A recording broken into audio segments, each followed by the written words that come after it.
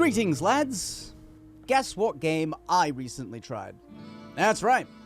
The poorest man on the internet fired up the biggest whale net of all time in an attempt to get to the bottom of why it even exists. So, if you're out of the loop, this is Diablo Immortal, a mobile version of everyone's favorite top-down, dungeon-crawling ARPG, Diablo. My personal history with Diablo goes way back to when I was just a baby internet nobody, and my brother got a PlayStation for his 10th birthday in July 1997. I was 8. When he got that console, we got two brand new games, Final Fantasy VII and Diablo. I remember this time vividly because the following year, I got the only games I'd ever asked for up until that point, Tekken 3 and Resident Evil 2. Two games I still own to this day. Diablo first released on PC, then shortly after on PlayStation and Mac OS. Please, no hurt, no kill, keep alive, and next time good bring to you. Back then, the only times I got to play PC games were at my neighbor's house. He also had Dungeon Keeper, an awesome game that was also ruined with a mobile pay-to-win port in 2013 by our good friends over at EA Games. So there's a pattern here. These pay-to-win games are a play on old IPs. The reason for this is because it's much harder to get people excited for a new IP pay-to-win game. Take an old game everyone loved and make a mobile port pay-to-win structure and paste over the assets that people recognize and are attracted to. This way you get a larger initial audience, and that audience is older and more capable of paying for things. Unless you're me, in which case you have a lot financially in common with a Miss Amber Heard at the moment. None of this is new to you all, I'm sure. We know the reasoning behind using old IPs to make predatory pay-to-win games. Players are more likely to buy things if someone or something they trust tells them to do it. Thanks, Gandalf. Very cool. Nothing is off limits to a corporation. Corporations don't have feelings or nostalgia. They can only understand numbers. Cold, emotionless numbers. And here we get into the actual meat and potatoes of this particular video. How these massive corporations operate and understand gaming. Back when I was a boy, games were relatively new. Game developers and publishers were small and most of the time weren't making massive profits like they are today, and people didn't give their immediate feedback on the internet like they do now. Reviews of games were published in magazines and consumed over weeks or months after games were released, and changes or implements couldn't be implemented until a sequel. This meant that all criticism and constructive feedback was curated and fed back to the developers in a civilized way. In order to get feedback on a game, developers released demos in said magazines, containing the main gameplay loop. If the game sucked or wasn't fun, the developers took that feedback from the magazine and changed their game before it was released.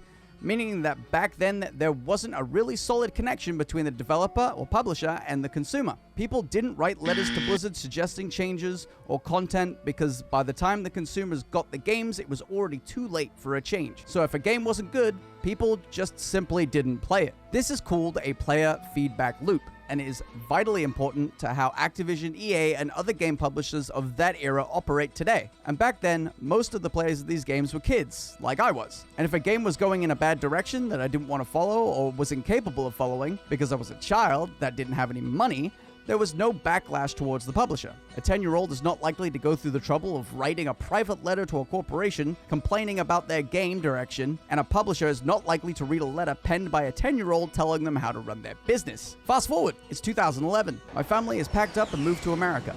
I have a job as an auto mechanic. Diablo 2 came and went, and I played that game until my fingers bled. And I have patiently waited for years for a sequel to the game that I loved. Diablo 3 is announced, and I eagerly await its release. I called out of work a day prior to its release, and then 2 days following, so I could play the game in the same feverish, fanatical way I played the previous game. I waited outside of my local GameStop for hours, lined up with many other excited Diablo fans, eagerly waiting to get their physical copy of the game. Not only did I leave that night with the physical game in my hands, but I also walked off with handfuls of promotional material like store window posters and a Diablo 3 display box, things that I still have to this day. I got home and began playing along with my friend from World of Warcraft, Jonathan, also known as Elroy. We crashed through the first 2 acts in record time. We were so far ahead of anyone else that we weren't seeing anyone talking about the Act 3 or 4 in the community forums. We raced through the final acts and onto the harder difficulties, where we started to finally get legendary drops. I was playing a barbarian at the time,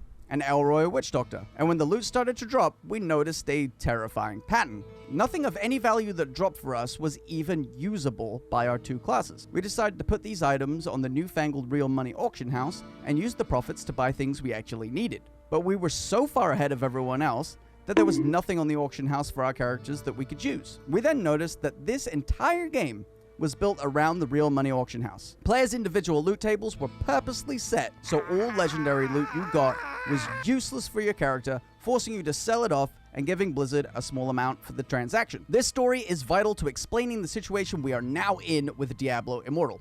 Me, Elroy, and another friend Nate, otherwise known as Uncle Muffles, created a big stink about this on the Diablo forums. We wrote post after post. We even criticized and rewrote the pathetically childish storyline that fell on its face after Act 2, but nothing we did forced any change. The real money auction house remained, the loot that dropped remained unusable, and most importantly, the story never got addressed, and was even suppressed on the forums. And I say that's more important because the story being weak is a fundamental part of the game that can't just be patched.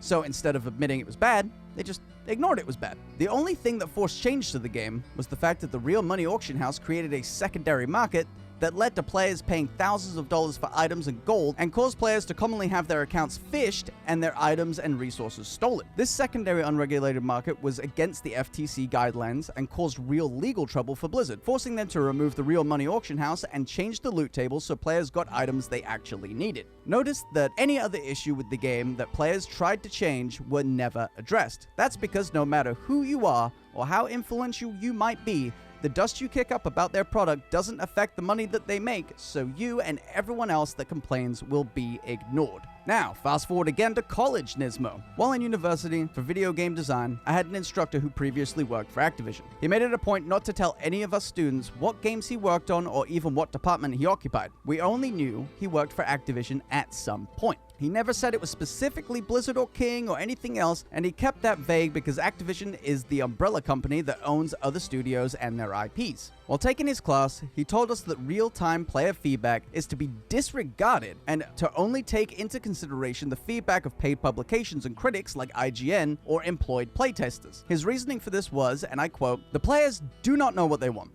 They don't know the processes needed to make the changes that they want to see, or the fallout of other systems that will be affected by their suggestions." So basically, the mindset of people at Activision is that no matter who you are, what you say, or how many people rally behind you to make change, it will always be ignored by the people who make the game and cast off as invaluable chatter. He also mentioned the backlash that developers get for implementing things players don't like. So it's common practice to insulate developers, designers, and the like from player feedback to keep employees safe, thus creating a bubble of perpetual bad ideas that gradually gets bigger and bigger until you end up with Shadowlands or Diablo Immortal. When things like this happen, it's vital that we don't turn on the developers of the game though. Almost 100% of the time, none of this is their decision. They're given a game to create that serves a certain purpose. They are told what IP it goes under and how it will be monetized. They are given a list of features that need to be in the game, and there's no wiggle room on what is made and what is cut. Oftentimes, one developer will spend weeks or months working on a feature, level, character, or asset that they dislike or that they know will ruin a game,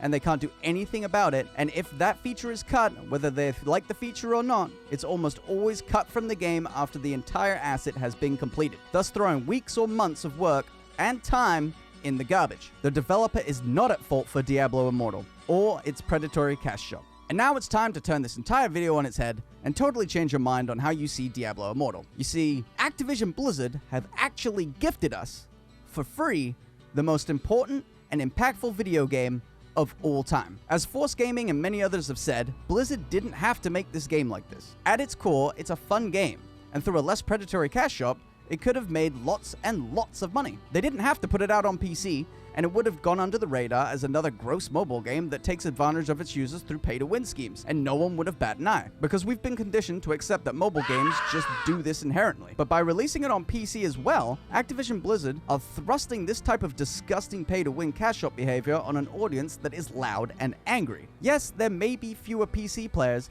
but PC players are steadfast and very vocal in their defense of their games when it comes to this kind of stuff. Blizzard aren't stupid. They know this, and that's why I think that this game releasing on PC is a cry for help from the people that made the game to force the hand of the people that don't stand to lose their entire livelihood by making a stink about it. In the book Press Reset by Jason Schreier, Jason talks about game developers behind Dungeon Keeper mobile port in 2013. In that book, Jason talks about the people behind making that game and how they were forced to take a beloved game, hype up its nostalgic core audience by telling them they're getting a brand new Dungeon Keeper game, and the utter disappointment those fans felt when the game released with its time gates and cash shop. The people who were tasked with making that game talked about how horrible it was working on a game that they knew only served to prey upon its fan base, and how EA used the developers as sacrificial lambs to tank the backlash they knew they would be getting for the bastardized abomination of a Dungeon Keeper game they released and promoted. Jason highlights the abuse that the people who worked on the game received: death threats, doxing, insults on their character, and EA didn't even flinch. This is due to the feedback and community loop that I mentioned earlier that corporations never see. As we previously talked about, corporations only understand numbers, and if the game makes money, they will never, ever see what the players have to say about it. As long as the number gets bigger, they consider their game to be a success, and it falls upon the community managers to take feedback from the players and translate that into numbers so corporations can understand how the game is doing and where it will go. This is why it takes so long to see meaningful change in most AAA games, if any change happens at all. We've seen this sluggish movement in Call of Duty Warzone and its hacker problem. Warzone released in 2021 and was met with an immediate hacking problem when players wanted to bypass the game's skill-based matchmaking system to either get into games with their favorite streamers or boast to their friends about their leaderboard positions. It took Activision more than a year to implement their Ricochet anti-cheat system to combat the hacking in that game, and even then it barely worked. In fact, it wasn't until recently that Ricochet really started to make a difference in the amount of people caught and punished for cheating in their game. But if Activision were more in tune with their players beforehand, they could have combat this problem before Warzone was even released, because hacking's been a problem in Call of Duty games since the dawn of time. Why did it take this long to do something about it?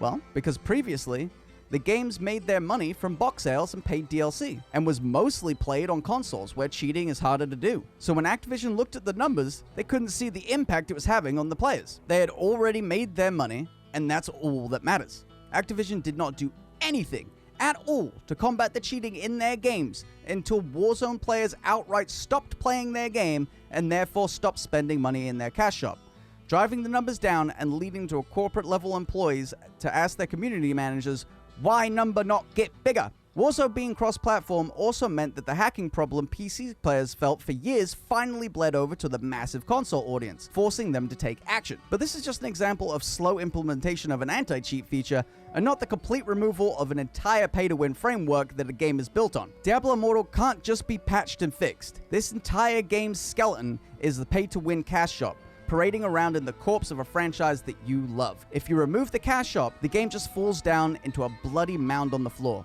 A twisted parody of what it once was.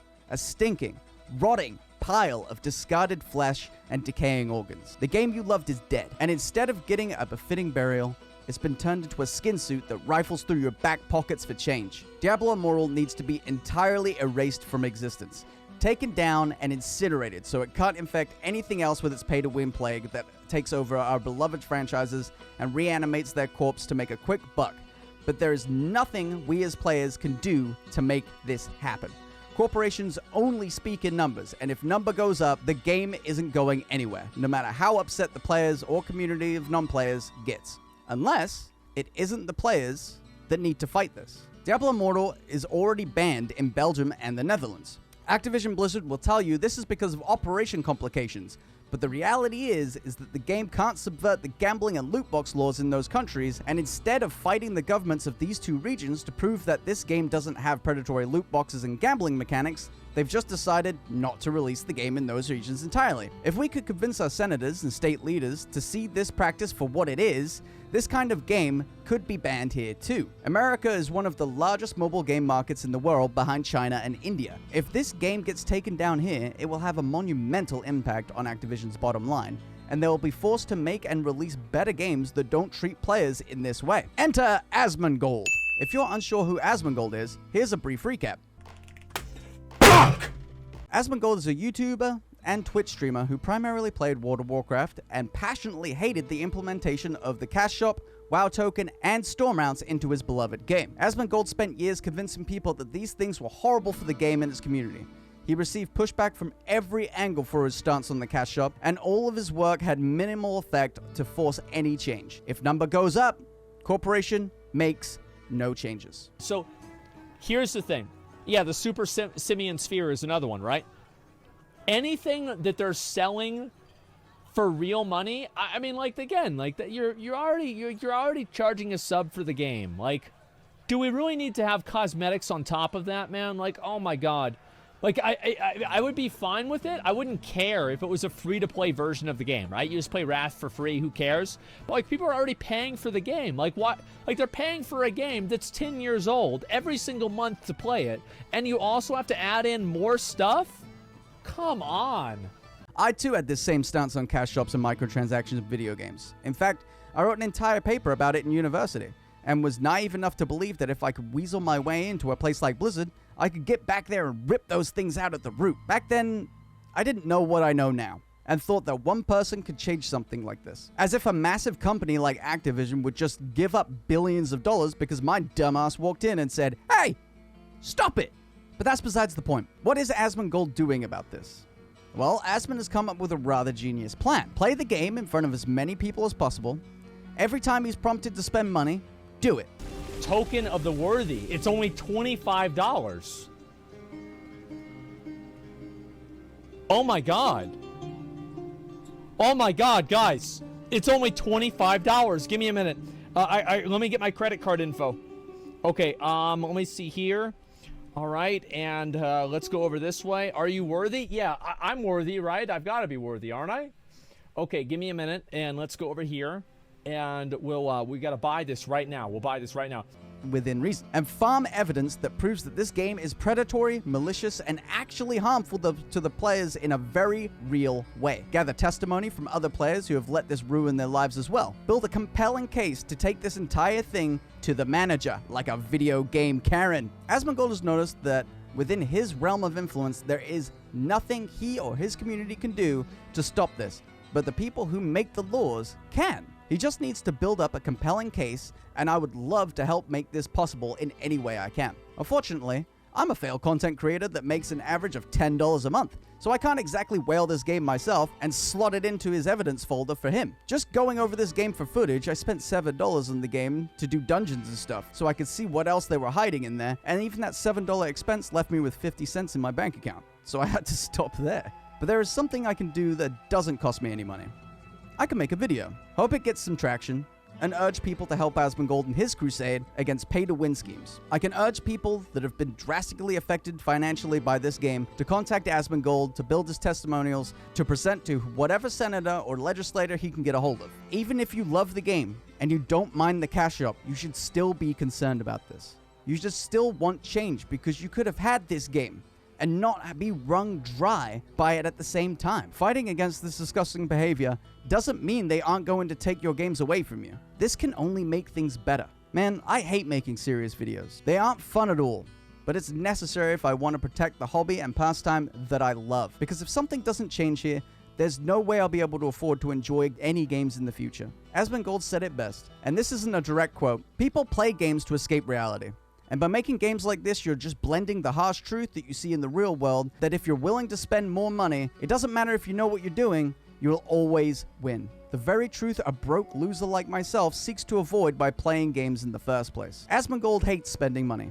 In fact, he will go to any length he can to avoid doing it. He lives in his mother's house, he drives a shit car, he wears the same shirt for years at a time. So why would he willingly spend $600+ in the first couple of days of playing this game? First off, the spectacle of Asmongold actually spending money is controversial in itself, which gets people talking.